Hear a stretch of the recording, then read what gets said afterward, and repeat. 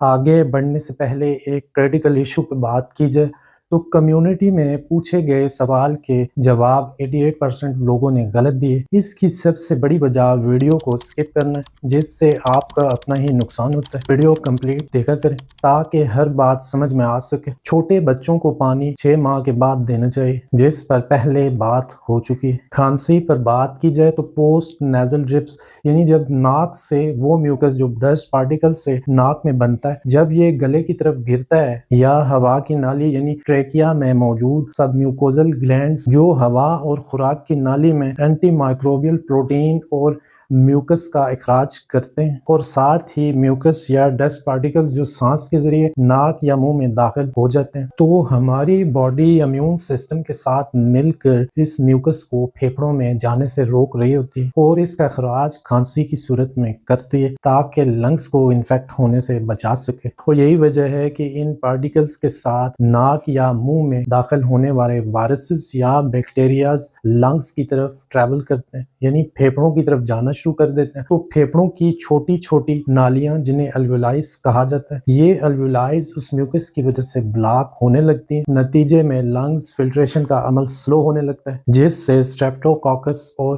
اسٹیفیلوکوکس جو باڈی میں داخل ہوتے ہیں، یہ بیکٹیریا لنگز پہ اٹیک کر دیتے ہیں، جس سے چیسٹ کے انفیکشن جنم لیتے ہیں۔ اس طرح کی انفیکشن کے لیے different types of antibiotics کا استعمال کیا جاتا ہے، لیکن یہاں چونکہ کھانسی پہ بات ہو رہی ہے تو یہ ویڈیو ان لوگوں کے لیے فائدہ مند ہے جو دور دراز کے دیہاتوں میں رہتے ہیں، جہاں ہاسپٹلز یا ڈاکٹر کی فیسلٹیز نہیں ہوتی۔ اس حوالے سے کھانسی کے علاج کے لیے کون سا سیرپ کون سی کھانسی میں استعمال کرنا چاہیے، جس کو چیسٹ انفیکشن کے ہونے سے پہلے ہی کھانسی کے علاج کر کے روکا جا سکتے۔ یہاں سب سے پہلے ڈرائی کف کی بات کی جائے تو اس کھانسی کے پیچھے پہلی بڑی وجہ موسم کی تبدیلی، انوائرمنٹل فیکٹر، اور اگر آپ بلڈ پریشر کی میڈیسن ACE انہیبیٹرز کا استعمال کر رہے ہیں تو اس کے سائیڈ افیکٹس سے بھی ڈرائی کف جیسے مسائل سامنے آ سکتے ہیں، یا ریسنٹ کولڈ اور فلو بھی ڈرائی کف کی وجہ بن سکتا ہے۔ اس کے علاوہ کرونک ایسڈ ریفلکس کی وجہ سے بھی ڈرائی کف جیسے مسائل جنم لے سکتے ہیں۔ کرونک ایسڈ ریفلکس وہ کنڈیشن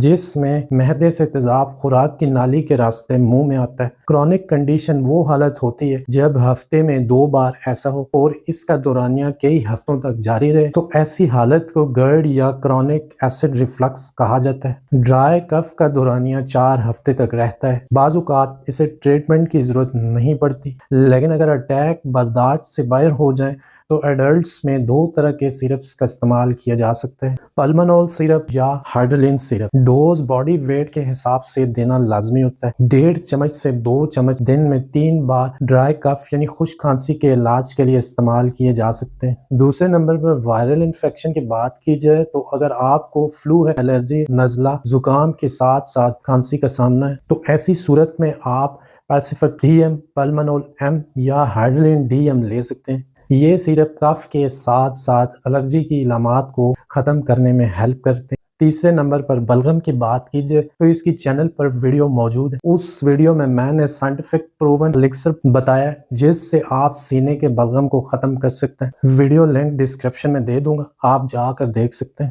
تو بلغمی کھانسی کی بات کی جائے تو اس میں آپ میوکونل سیرپ کے 1.5 سے 2 چمچ 3 ٹائم لے سکتے ہیں۔ چوتھے نمبر پر برونکائٹس میں ہونے والی کھانسی کو دیکھا جائے تو اس میں سانس کی نالیاں تنگ ہو جاتی ہیں، نتیجے میں سینے سے سیٹیوں کی آواز سنائی دیتی ہے اور بعض اوقات سانس کا مسئلہ بھی دیکھنے میں آتا ہے، یعنی شارٹنس آف بریتھ۔ ایسی صورت میں آپ ٹیبلٹ پیناڈول CF کے ساتھ سیرپ ایسیفائل یا ایسیفل کف 1 سے 2 چمچ دن میں 3 بار لے سکتے ہیں۔ ایسیفائل اور ایسیفائل کف میں فرق کی بات کی جائے تو اگر آپ کو سیٹیوں کی آواز آنے کے ساتھ ساتھ سانس میں رکاوٹ ہے تو ایسی صورت میں ایسیفائل کا انتخاب کریں، اور اگر آپ کو کھانسی کے ساتھ فلو ہے، آنکھوں میں جلن ہے یعنی الرجی کا سامنا ہے، تو ایسی صورت میں ایسیفائل کف سیرپ کا استعمال کریں۔ مزید اگر آپ کو ہارٹ کا ایشو نہیں اور سانس کا مسئلہ زیادہ ہے تو ایسی صورت میں آپ صرف وینٹولن لے سکتے ہیں، کیونکہ یہ بھی سانس کی نالیوں کو کھولتا ہے اور کھانسی کو بہتر بناتا ہے۔ اس کے 1.5 سے 2 چمچ لیے جا سکتے ہیں۔